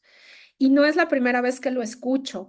Entonces, por eso digo que en ese sentido, pues sí, cuando Rita Segato habla de esta pedagogía de la crueldad como este conjunto de actos y prácticas que enseñan, habitúan y programan a los sujetos a transmutar lo vivo y su vitalidad en cosas, pues dice, sí, efectivamente, las mujeres seguimos siendo entendidas como cosas, simbolizadas como cosas, que se pueden usar, que se pueden desechar, ¿no? No es, no podría explicarlo de otra cosa.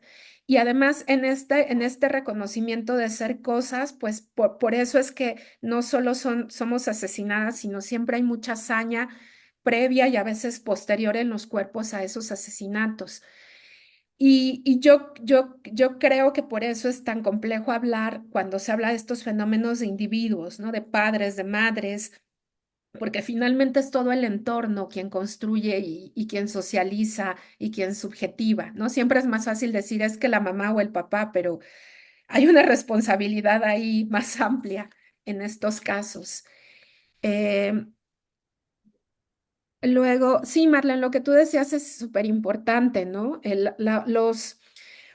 O sea, este proyecto en gran medida fue breve, pero fue posible porque había un grupo muy, muy amplio de mujeres de distintas especialidades uniendo esfuerzos en cada estado. Em, y además, al menos los casos que yo también las organizaciones civiles constituidas que reciben financiamiento es bien complejo porque pues sí, finalmente también dependen de los financiamientos, de rendir informes, de presentar números. Yo los acompañamientos realmente más profundos y cercanos que he visto es de colectivas autogestivas, que también tienen retos muy grandes porque son autogestivas, pero que sí logran tener acompañamientos más profundos y que tienen cierto impacto en las mujeres que acompañan, aunque también tienen sus propias complejidades internas. Y justamente por eso es tan difícil acompañar en solitario, ¿no? Porque implica mucha inversión de tiempo, energía. em, pero lo que sí he aprendido de estas colectivas es que justamente el camino a la justicia se construye, o sea, no se llega a la justicia. La justicia no es algo a lo que se llega, que está ahí en lo lejano y una va caminando y está más cerca o más lejos. La justicia es subjetiva y cada proceso lo tiene que ir construyendo y tiene que ir encontrando o sea, las mismas personas, no sé, es muy difícil como víctimas decir qué es o sea, cuando ya sentimos que se hizo justicia. Eso es algo que nos va revelando con el trabajo emocional, de acompañamiento, de diálogo cotidiano. Pensando en eso, justamente recordé que, por ejemplo, también procuramos hacer acciones muy puntuales. En el caso de Margarita, ella me compartió que en el lugar donde fue encontrado el cuerpo de su hija, en Yucatán le llaman en el monte, ¿no? En el medio de la selva, digamos, ella no le había podido construir nada para irle a rezar o a llorar. Entonces me decía, me cobran, no sé, le cobraban 1,000 pesos, ¿no? 1,300 pesos por construir un nicho con una cruz, una veladora, pero ella pues no tenía ese dinero. Ella tenía trabajos informales vendiendo fruta como papaya o cosas así, caramelizada, y sus ingresos eran muy, muy poquitos y además se hacía cargo de su nieto. Entonces, por ejemplo, lo que hicimos fue una convocatoria con mujeres, con colegas del CIESAS, con amigas, para hacer una recaudación. O sea, lo de menos era darle, digamos, los 1,000 pesos, que alguien se los diera, ¿no? Pero la idea era que ella sintiera que ella y su hija eran importantes para un grupo de mujeres, que entre todas íbamos a cooperar para que pudiera construir eso. Y además, a quienes cooperaron se les invitó a ir o sea, un día ya construido ese nichito, acompañar a Margarita, a poner velas, a rezar, a cantar.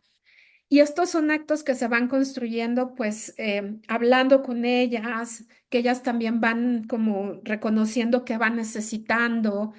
Y son actos muy pequeños, pero que justamente buscan construir ese sentimiento, esa imagen, esa percepción, ese estar de que se hace un poco de justicia, ¿no? Para ella es un acto de memoria para su hija, pero también para nosotras fue importante plantearlo como un acto de solidaridad. De lo construimos entre todas, cooperamos entre todas, te acompañamos varias de nosotras y ahí contigo hacemos lo que tú quieras que hagamos. Si quieres llorar, te acompañamos en el llanto, te abrazamos. En fin, fue eso, una acción muy concreta, muy puntual de unas horas, pero que también es de reconocimiento, ¿no? A ella, a la historia de ella y a la historia y a la memoria de su hija. Em, y luego, respecto a tu pregunta, Fabiola, de los cambios positivos o negativos al día de hoy, yo no sé si tengo la capacidad de hacer ese balance tan complejo. Lo que sí creo es que cuando yo empecé a investigar el tema, que fue justamente como en 2012, el tipo penal acababa de, de decretarse, digamos, de ser reconocido. Eh, y de entrada eso fue muy importante porque al menos se pudo nombrar con todas las críticas que hay respecto a ese tipo penal y a qué reconoce y qué no reconoce, se pudo poner el nombre a algo que yo recuerdo mucho también aquí en Chiapas, que un día fui hasta la parte de Ocosingo, a Yajalón, a entrevistar, ay, no me acordaba de ese caso, a otro hombre que había sido sentenciado por homicidio, pero yo tenía la duda de si era feminicidio o no, y fui a entrevistarlo y contraté un chico que me llevó, porque o sea, eran como 6 horas de camino de ida y de regreso y yo quería regresar el mismo día. Y me acompañó igual una ministerio público de la fiscalía, fuimos y al regreso, cuando este chico me fue a dejar a mi casa, me dijo, a mi tía la mataron de lo mismo que usted está investigando. ¿Cómo es la palabra? Y es que, porque me dijo, la mató mi tío, ella se suicidó o eso dijo él, pero todos en la familia supimos que la mató. Y creo que de entrada, tener una palabra con los riesgos que eso implica, porque muchas veces yo insisto que el feminicidio tampoco está muy bien comprendido respecto a lo que es, ¿no? Pues es importante tener una palabra para nombrar, para denunciar, para gritar en la calle, para intentar explicar, ¿no? Y creo que ahí yo siempre lo digo, Marcela Lagarde como antropóloga ha sido fundamental en la construcción del problema, en la construcción de la política pública, en la construcción de los activismos en México para nombrar el feminicidio, para, pues sí, toda una política pública desarrollada en torno al Estado y a la justicia estatal, pero que ha sido importante porque a partir de ese tipo penal, de la Ley General de Acceso, se han construido mecanismos como la alerta de violencia de género, que también hay cuestionamientos de qué tanto sirven o no. em, pero también a raíz de eso, sentencias como internacionales al Estado mexicano, como la de Campo Algodonero o la de Inés y Valentina, Inés Fernández y Valentina Cantú, que fueron estas indígenas MEPA violadas por el ejército, por integrantes del ejército. O sea, también hay todo un entramado ya normativo e institucional al que se puede apelar, aunque no funcione, ¿no? O sea, pero está ahí y se pueden hacer cosas muy concretas, se puede seguir cuestionando, se puede seguir construyendo, reconstruyendo, reconfigurando en torno de eso. Sí creo que también hay mayor sensibilidad, ¿no? Porque ya se le puede nombrar y porque tiene un castigo y por ejemplo, aquí en Chiapas fue muy escuchado el caso de la doctora Mariana, que también supuestamente se suicidó prestando su servicio social en un municipio de Nueva Palestina, en Ocosingo. Y para mí fue muy sorprendente cómo, yo entonces no vivía en Chiapas, lo seguí desde Yucatán, pero cómo hubo una gran organización estudiantil denunciando, no fue suicidio, fue feminicidio. Eso me parece bien potente a nivel de reconocimiento de no encubrir más, de no invisibilizar más, de empezar a nombrar. Lo que pasa es que también es muy incómodo, ¿no?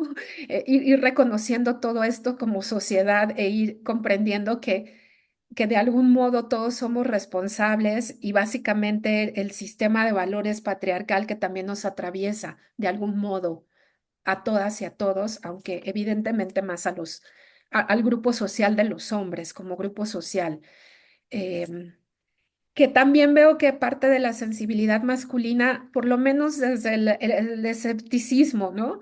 Yo recuerdo que antes sí había cuestionamientos como, ay, no, exageran, etc. Y ahora por lo menos dicen, bueno, como que puede que tengan razón. Em, sí, sí, sí. Lo que pasa es que son cambios, insisto, a mí me gusta mucho una frase de Gail Rubin que dice que los cambios... que contrario a lo que se piensa, los cambios de la naturaleza pueden ser más posibles que los cambios de la cultura, ¿no? O sea, que generalmente se dice la naturaleza es inmutable, quien nació hombre muere siendo hombre, quien nació mujer muere siendo mujer. eh, mm, Solo las mujeres pueden procrear, en fin, cosas que pues ahora científicamente vemos cómo se puede cambiar de sexo, ¿no? A través de una cirugía, o habemos mujeres que hemos procreado a través de la fecundación asistida in vitro, es decir, esos cambios de la naturaleza que aparentemente no podrían ser, están siendo. Y en cambio los cambios culturales civilizatorios parecería que es muy difícil que se den, que realmente implica siglos para transformar estructuras tan anquilosadas históricamente. Gracias, Perla. Bueno, yo quisiera, ya se acerca el tiempo, sé que te tienes que ir muy puntualmente, pero no quiero dejar de hacer dos preguntas. La primera tiene que ver con una noticia que vi, creo que justamente en Yucatán, de un caso en que, bueno, la mamá, pues, asesinan a una chica, pero la justicia dice que fue una mujer y la mamá exige que el caso se tome como un feminicidio. Y bueno, lo que yo leí en esta noticia es que es que sí se acepta tomarlo así, ¿no? Hasta decían que iba a ser un caso que sentaba precedentes. Entonces, quisiera preguntarte, bueno, yo desde mi ignorancia y desde lo poco que sé sobre el tema, no lo entiendo, ¿no? ¿Cómo puede ser un caso de feminicidio? Pero bueno, quisiera saber tu opinión. Y la otra pregunta tiene que ver con esto que dice Caroline Nostrom, ¿no? Sobre que la experiencia y la interpretación de la violencia son inseparables tanto para el perpetrador, la víctima, pero también para los propios etnógrafos, ¿no? Entonces yo quisiera preguntarte, ¿qué haces tú, ¿no? O sea, con tanto dolor, ¿dónde lo colocas, ¿no? Sobre todo viendo un contexto donde pues tampoco hay justicia, tampoco hay reparación, ¿no? Donde lo que impera es la impunidad. Yo, bueno, ahorita tal vez por mi propio trabajo de campo que me está confrontando a situaciones de violencia, ¿no? Yo antes no había trabajado en temas, ¿no? Donde la violencia tan brutal, ¿no? Tan cruel estuviera presente, ¿no? Y algo que me interrogo es cómo, o sea, cómo vivir cargando esto sin poder realmente, bueno, al menos esta es mi sensación, transformarlo, ¿no? Aunque pues tú ya nos has comentado, ¿no?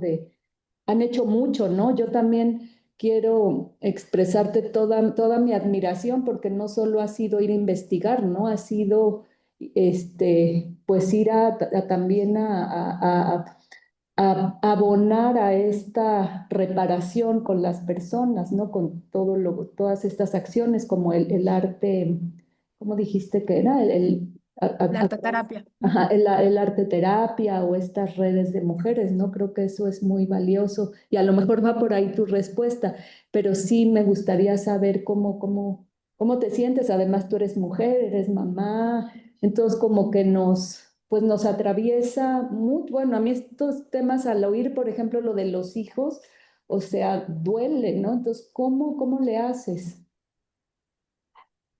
¿Hay tiempo para otra pregunta o ya? Sí. Sí, rapidísimo. Hola, Bernardo. Gracias por compartir tu trabajo. Nada, quisiera pues comentar brevemente que a mí me parece tu texto y tu investigación pues una radiografía, ¿no? De las debilidades y de los huecos que hay justamente en el sistema de justicia en México y que pues tú nos das cuenta de que mayormente ese trabajo para restaurar la justicia pues lo hace la sociedad civil, las organizaciones, las colectivas y también académicas como tú, ¿no? Que se están proponiendo nuevas metodologías, ¿no? También para investigar y para abordar estos temas y que están además implicadas y comprometidas desde una clara posición de investigación feminista y eso es súper bonito. Y yo quería preguntarte, bueno, si puedes abordar un poquito cómo, contar un poquito más de la metodología, ¿no? Entiendo que invitaron a un artista a dar estos talleres de arteterapia. ¿Cómo fue trabajar con los grupos? Si fue por familias, si juntaban a todas las edades, no sé, los niños, las mamás, un poquito que nos pudieras contar. Y pues preguntarte qué horizonte ves tú en tus investigaciones feministas sobre el feminicidio para seguir transformando el mundo, ¿no? O sea, no sé si seguirás en estos temas, no sé qué horizonte ves, qué te gustaría seguir investigando y incidiendo y transformando. Gracias. A ver, hay una pregunta en el chat de Ana Mireya. Ana Mireya, ¿quieres hacer tu pregunta? ¿Quieres tomar la palabra?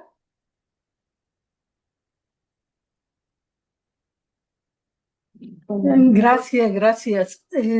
Gracias, muchas gracias. La verdad es que estoy conmocionada con todo esto que está platicando Perla, la verdad. ¿Y por qué? Porque yo fui juzgadora. Sí, y ahorita estoy retirada, pero realmente, por eso hacía las preguntas. Realmente las instituciones de procuración y administración de justicia, están muy distantes de la realidad. De ahí mis preguntas en el sentido de cómo podemos humanizar la justicia, cómo sensibilizar a las y a los operadores jurídicos, porque realmente en el tiempo que yo estuve, que fueron prácticamente 37 años, me tocó el transitar del sistema tradicional al sistema acusatorio y lo cierto, y que se pensaba que se iba hacia una justicia más humanitaria porque iban a estar presenciales todas las partes procesales. Lo cierto es que las instituciones han procurado, bueno, ahorita ya tiene que 4 años que estoy fuera de la institución, pero en todo ese tiempo siempre se han preocupado por tecnificarse, ¿no? Por tecnificarse para obtener las herramientas procesales y sustantivas para entender lo que es un tipo penal, la tipicidad, sus elementos, el camino procesal que hay que proseguir, aprender todos esos conceptos técnicos y cómo aplicarlos, que no está mal. El problema es que dejamos, como siempre, cuando mi padre y éramos chicos y nos decían, ¿de qué te sirve haber estudiado si no entiendes las cosas? Ahora, a la distancia hago un parámetro, pues a la distancia digo, una cosa son los conocimientos y otra cosa son las emociones, ¿no? Y entonces uno como juzgadora, ¿qué tipo de emociones debemos contener, tener? Trabajar, qué herramientas hay que adquirir independientemente de todo lo que es el conocimiento científico para ser juzgador o juzgadora, esas herramientas emocionales para poder realmente ser cercanas, sobre todo a las víctimas en este tipo de casos. Yo recuerdo, todavía me tocó en reuniones en donde no había presupuesto para el asesor, para la asesora de la víctima, simplemente eso. simplemente eso y eso siempre lo dejaron, así como que lo soslayaron siempre. No, pues, y era esencial que estuviera el asesor o la asesora legal de la víctima, pero además no solamente eso, que estuviera capacitada para poder, por todo lo que estás platicando, por tu investigación tan sensible, realmente cómo atender, cómo asesorar, cómo procurar y sobre todo desde la investigación, cómo no revictimizar. Entonces, realmente estamos a distancias, no sé, muy, no puedo.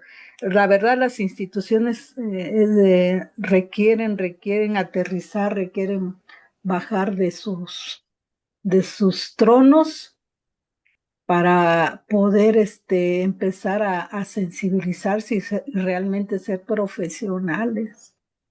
Porque sí, hubo muchos casos que yo vi y antes se llamaban homicidios calificados y yo recuerdo que era hace 30 años era un hecho que en las calles se vendían los periódicos donde daban a conocer, ya después esto se normalizó. Esto ya no era una situación de una noticia al año, no, sino era algo continuo y ya viendo los expedientes, pues a veces no hay elementos y tenemos muchos casos, ¿no? Estoy recordando ahorita el caso de María del Sol, ¿no? La falta de conocimiento, la falta de profesionalización, la omisión, las cuestiones políticas que evitan que realmente se haga una investigación pues científica pero humana a la vez.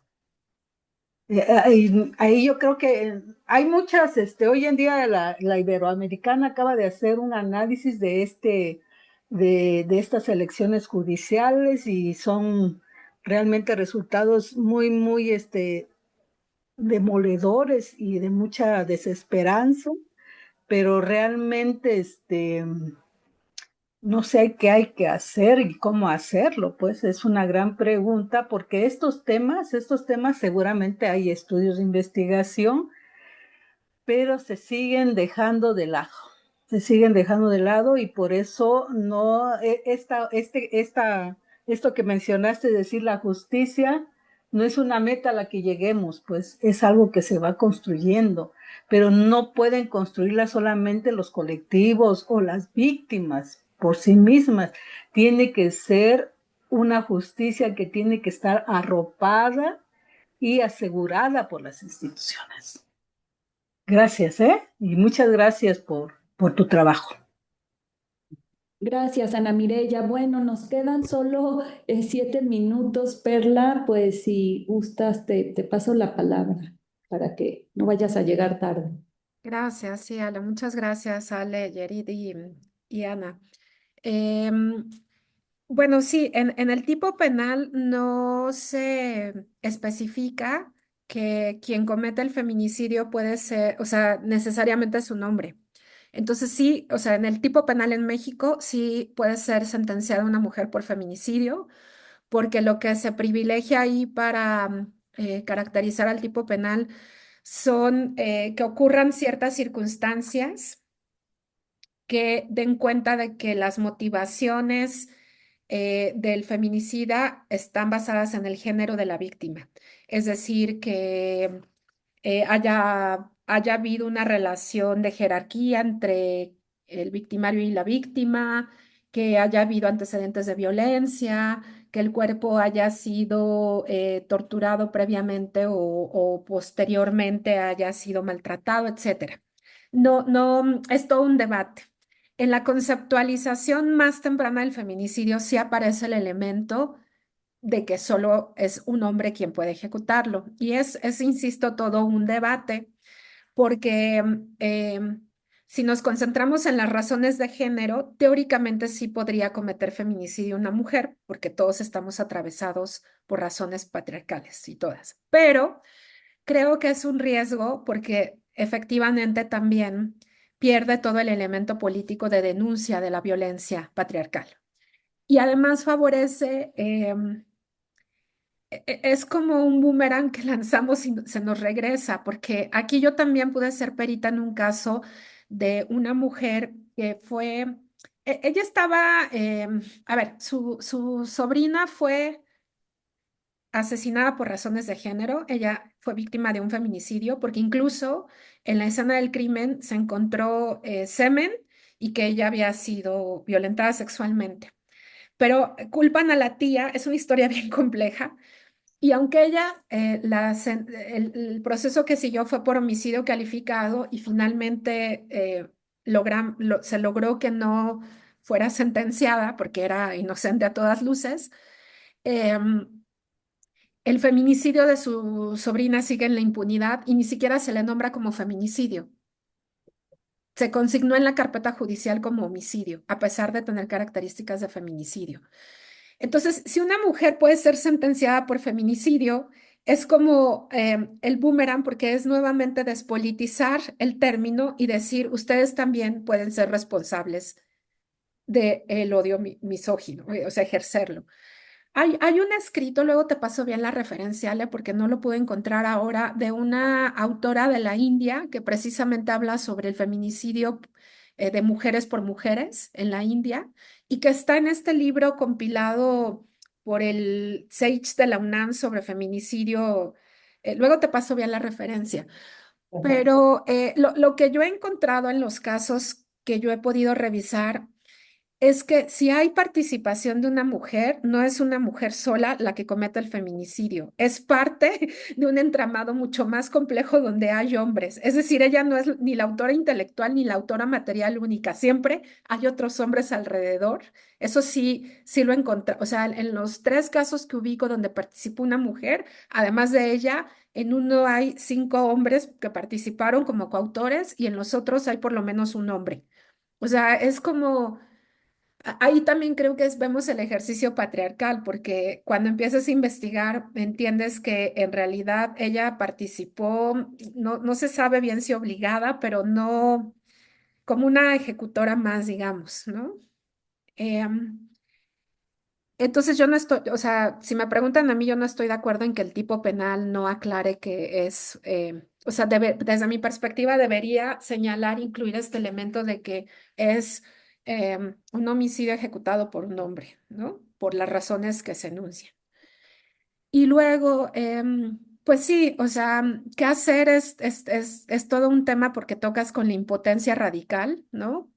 Y en algún momento te das cuenta que no puedes seguir documentando horrores y ya, porque no, no es humanamente posible eso. Y creo que por eso es que para mí este proyecto fue tan importante porque aunque fue breve, fue como la materialización de esta inquietud de hacer algo más, porque también hace no mucho con otra colega de Ciesas, con Hiroko Asakura, escribimos un textito, un capítulo del libro sobre la economía política de las emociones y cómo tenemos que reconocer que tocamos la impotencia, pero que también hay un intercambio emocional con las mujeres con las que trabajamos, que ellas no solo nos dan desgracias, sino también esperanza y nos dan cosas importantes en nuestra vida, más allá de que nos conocimos por ese hecho tan devastador para ellas. Y en ese reconocimiento de nuestra impotencia y de ese intercambio emocional, podemos construir algo distinto con ellas que trasciende a ese hecho por el cual nos contactamos. Y también el reconocer nuestras limitaciones, ¿no? Pero sí creo que en los peritajes, en este proyecto y en todo lo que sea posible hacer, nos da tranquilidad respecto a esa aparente imposibilidad de no hacer nada frente a algo tan avasallante y apabullante. Y las estrategias para mí son claves, ¿no? O sea, yo no puedo hacer sola nada, necesito tener, no estrategias, perdón, sino ay, se me fue la palabra, las conexiones que haces con otras mujeres de diferentes ámbitos, con activistas, con otras colegas, con con diferentes mujeres que también están haciendo algo. Y creo que ya no me va a dar mucho tiempo de responder las otras dos preguntas, pero justamente, bueno, ahí va mi comercial. En enero me parece que en la revista Artes con H de la Universidad Autónoma de Querétaro va a salir un artículo que escribimos entre Guité y yo respecto a las arteterapias y ahí explicamos un poquito mejor cómo trabajamos. En general estaban las familias juntas en sus casas, nosotras llevamos el material y los procesos fueron distintos, ¿no? Según cada familia. Y nuestra función, sobre todo la mía, porque yo no era la especialista, sino Guité, era más bien estar acompañándoles y dispuestas a acompañarles en lo que ellas necesitaran. Pero ahí se narra con mayor detalle toda esta cuestión de la arteterapia. Em, y sí, escuchando a Ana Mireya, pensaba mucho en este libro de Michel Foucault, de la verdad y las formas jurídicas y cómo el Estado va monopolizando todo esto de la impartición de justicia, va confiscando, incluso ahora en el nuevo sistema de justicia oral, como decías, está más centrado en el protocolo y también estoy escribiendo algo respecto a eso, sobre cómo incluso en este nuevo sistema de justicia que supuestamente da mayor peso, bueno, no, sí, da mayor peso a la oralidad, también hay jerarquías de voces altas y bajas, recuperando un concepto de un historiador de la India que se apellida Guha, y cómo el Estado crea condiciones de audibilidad o de no audibilidad para escuchar a ciertas em, personas en esta jerarquía estatista de impartición de justicia. Y bueno, eso, lamento no poder quedarme unos segundos más, pero sí me tengo que conectar Sí, a otra sí, reunión. no, no te preocupes, Perla. Pues muchísimas gracias. Realmente fue muy, muy impresionante todo lo que nos compartiste y te agradezco mucho y ojalá pues te tengamos pronto ya en presencial por estas tierras. Ojalá, Bueno, me encantaría darles un abrazo. Muchas gracias de nuevo por la nos invitación. vemos. Gracias. Chao. Adiós. Chao.